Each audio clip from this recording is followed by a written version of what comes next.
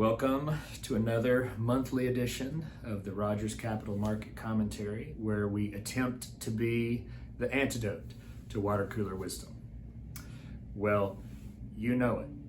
If the season's greetings in the air hasn't clued you in already, this ridiculous jacket will let you know it's December.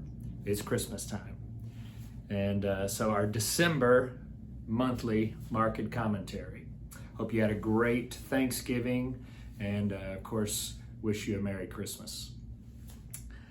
November was huge, a 9% gain for the stock market, ending 3 consecutive loser months, declines. We're sitting at the beginning of December here, 19% year-to-date total return on the S&P 500. Geopolitical uncertainty, slowing economic growth, sticky inflation, the Fed's higher for longer approach, corporations feeling the cost cutting pressure. So what happened?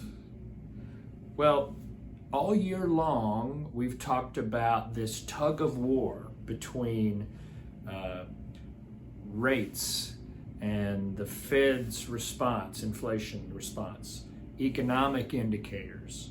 There's this weird dynamic of bad news being good because we can just go ahead and get the recession on and then get it behind us and move forward. And when that happens, the Fed will start cutting rates and things will feel better.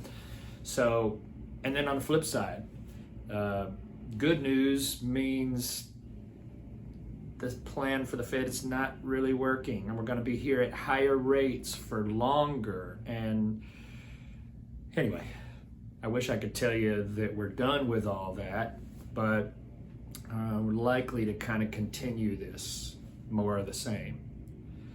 For this past month, though, yields on the 2-year Treasury remain on the low end, telling us markets expect the Fed to end its tightening campaign.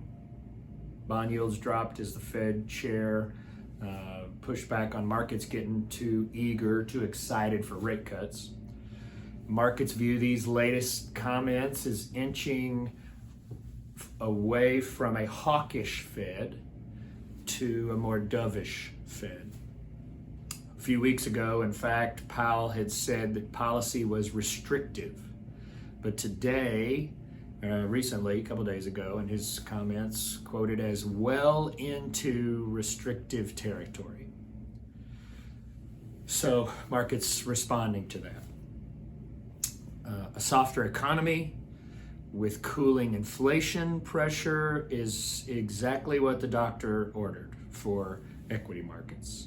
Evidence suggests the Fed's getting exactly what it's wished for, an economy experiencing a relatively painless, measured slowdown. As pricing pressures likely ease further in the months ahead, markets can reasonably expect the Fed to pause probably until the middle of next year, 2024, when we may even get some modest rate cuts.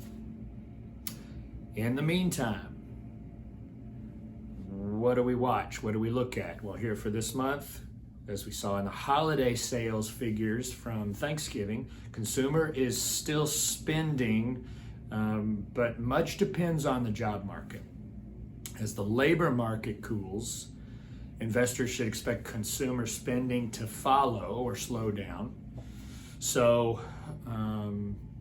so far, it looked like a soft landing.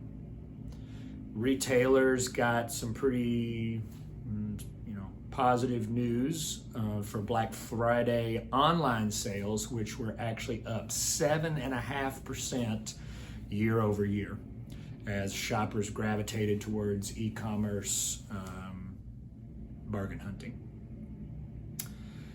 Well, that's it for this month. Hope you and your family have a very Merry Christmas and a Happy New Year. God bless you, and we'll see you next month.